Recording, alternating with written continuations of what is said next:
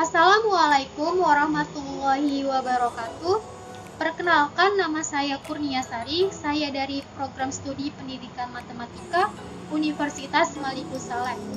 Nah, pada kesempatan kali ini saya akan membagikan sebuah tutorial bagaimana cara mengelola data penelitian menggunakan SPSS.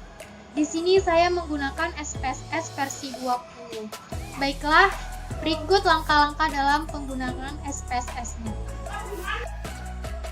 Baiklah, di sini saya sudah memiliki data penelitian kelas eksperimen dan kelas kontrol, di mana masing-masing kelas memiliki nilai pretest dan post-testnya. Kemudian ada dasar-dasar pengambilan keputusan dalam sebuah penelitian. Di sini ada uji normalitas, uji homogenitas, uji hipotesis, dan uji non-parametrik Mann-Whitney. Nah, jika nilai signifikasi dari uji normalitasnya itu lebih besar dari 0,05, maka sampel berasal dari populasi berdistribusi normal. Maka dilanjutkan dengan uji homogenitas dan uji hipotesis. Jika nilai signifikasinya lebih kecil dari 0,05, maka sampel berasal dari distribusi yang tidak normal. Maka dilanjutkan dengan uji non-parametrik Mann-Whitney. Nah, di sini ada rumus N-gain di mana skor post-test dikurang skor pretest diper dengan skor maksimal dikurang dengan skor pretest. Baik, langsung saja kita ke software SPSS versi 20-nya.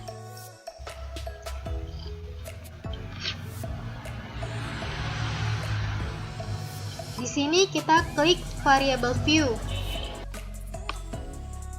Nah, di sini untuk name, di sini kita ketik pretest eksperimen, kemudian post-test eksperimen. Selanjutnya pretest control.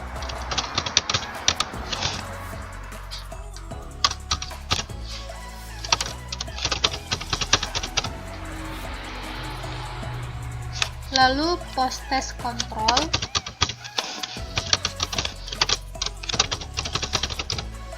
Kemudian kita selang satu baris, kemudian kita ketik pretest, kemudian post-test, kemudian kelompok. Nah, untuk yang di desimalnya, di sini kita ubah menjadi 0 semua.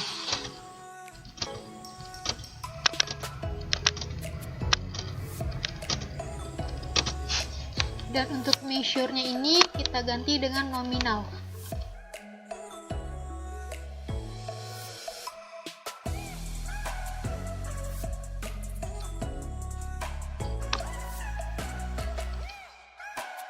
Kemudian untuk yang di values ini, pada baris ke-8 kelompok itu kita ganti non ini menjadi value 1, kita kasih label kelas eksperimen. Kemudian kita klik add, kemudian untuk value 2 kita kasih label dengan kelas kontrol. Kemudian kita klik add, lalu oke. Selanjutnya kita ke data view. Nah, di sini sudah tertera yang kita ketik tadi. Dia berupa kolom-kolom.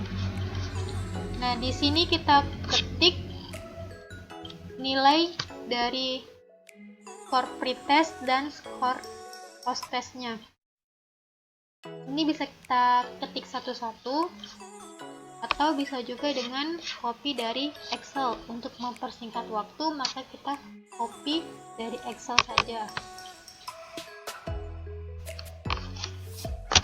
Kemudian kita pastikan pada pretest eksperimen dan post-test eksperimen. Selanjutnya untuk yang di pretest dan post-test juga kita pastikan.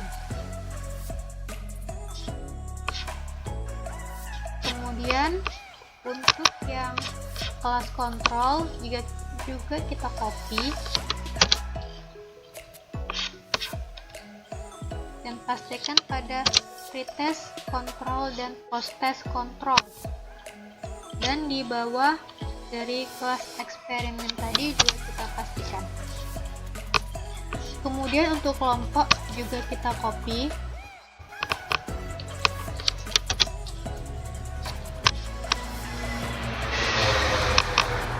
Sini kita pastikan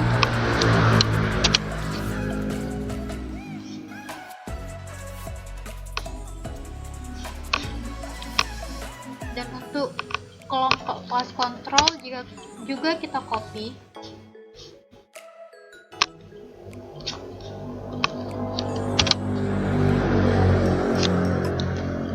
Selanjutnya untuk mencari nilai n-gain, di sini skor post-test dikurang skor pre-test. Nah, di sini kita klik transform, kemudian computer variable, kemudian kita ketik post kurang pre. Sini kita ketik post, kemudian kita kurang dengan pre. Lalu klik OK.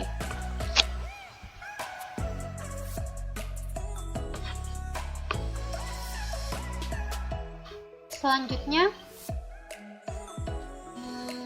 skor maksimal dikurang skor pretest. Kita klik transform lagi, kemudian computer variable. Di sini kita ketik max kurang pre. Nah, maksimal ini kita ganti dengan 20. Kenapa? Karena pada penelitian ini kita menggunakan 5 soal, di mana satu soal itu memiliki bobot nilai 4. Jadi 5 dikali 4 itu 20. Kemudian dikurang dengan pretest. Kemudian klik OK.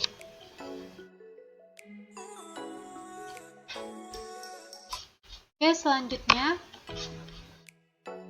mencari n-gain itu skor post-test dikurang skor pretest diper dengan skor maksimal dikurang skor pretest. Oke, langkahnya sama. Klik transform, kemudian computer variable. Di sini kita ganti dengan n-gain pada target variabelnya. Nah, untuk numeric expressionnya, ini kita ganti dengan post dibagi dengan max kurang P. Kemudian klik OK.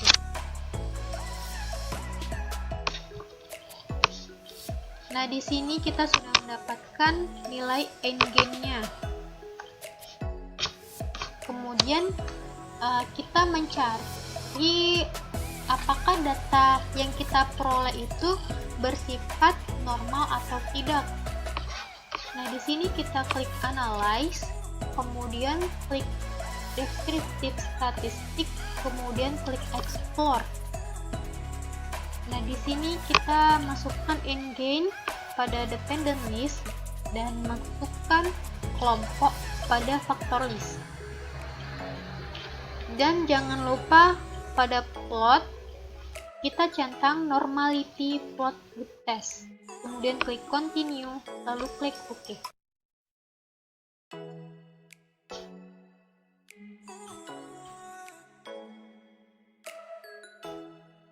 Oke, kita tunggu.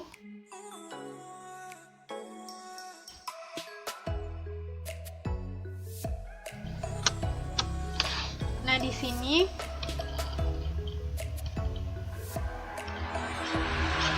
kita mendapatkan nilai test of normality, nilai signifikasi kelas eksperimennya itu 0,586 dan kelas kontrolnya itu 0,50.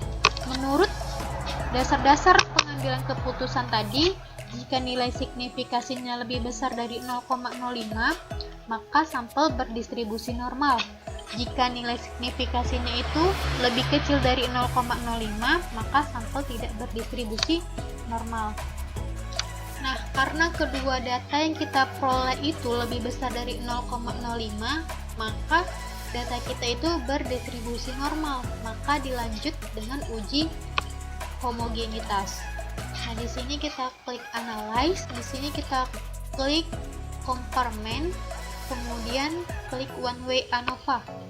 Selanjutnya kita masukkan nilai n-gain pada dependent list dan masukkan nilai kelompok pada faktor.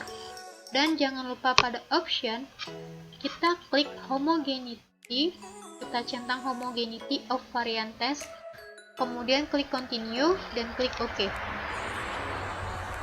Nah, di sini kita mendapatkan nilai test of homogeneity of variance-nya itu 0,244. Pada dasar pengambilan keputusan uji homogenitas, jika nilai signifikasinya lebih besar dari 0,05, maka memiliki varians yang homogen. Jika lebih kecil dari 0,05, maka tidak memiliki varians yang homogen. Karena data kita diperoleh itu lebih besar dari 0,05, maka data kita bersifat homogen.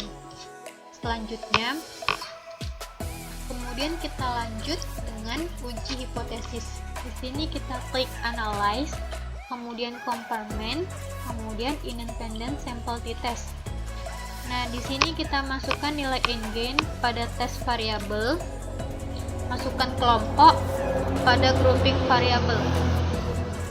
Karena di sini masih ada tanda tanya, maka di definite group ini kita ganti grup 1 menjadi 1, grup 2 menjadi 2. Kemudian klik continue dan klik OK.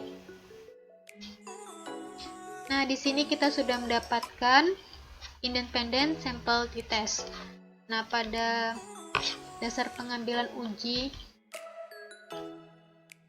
independent sample t-test, nah di sini jika nilai signifikasi totalnya itu lebih kecil dari 0,05, maka terdapat peningkatan kemampuan pemahaman matematis siswa.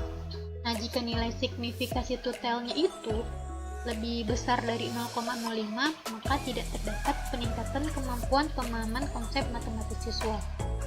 Karena di sini kita mendapatkan nilai signifikasi totalnya itu lebih kecil dari 0,05, maka terdapat peningkatan kemampuan pemahaman matematis siswa. Jadi data kita itu berhasil. Nah, berikut nih, di sini ada test of normality untuk menguji normalitasnya. Kemudian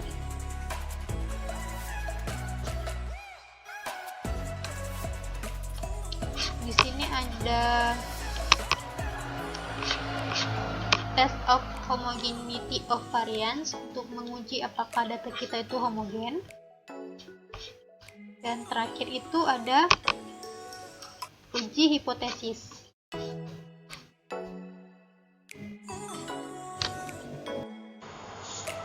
Demikian tutorial SPSS yang dapat saya sampaikan. Apabila ada kata-kata saya yang salah, saya mohon maaf. Semoga bermanfaat. Wassalamualaikum warahmatullahi wabarakatuh.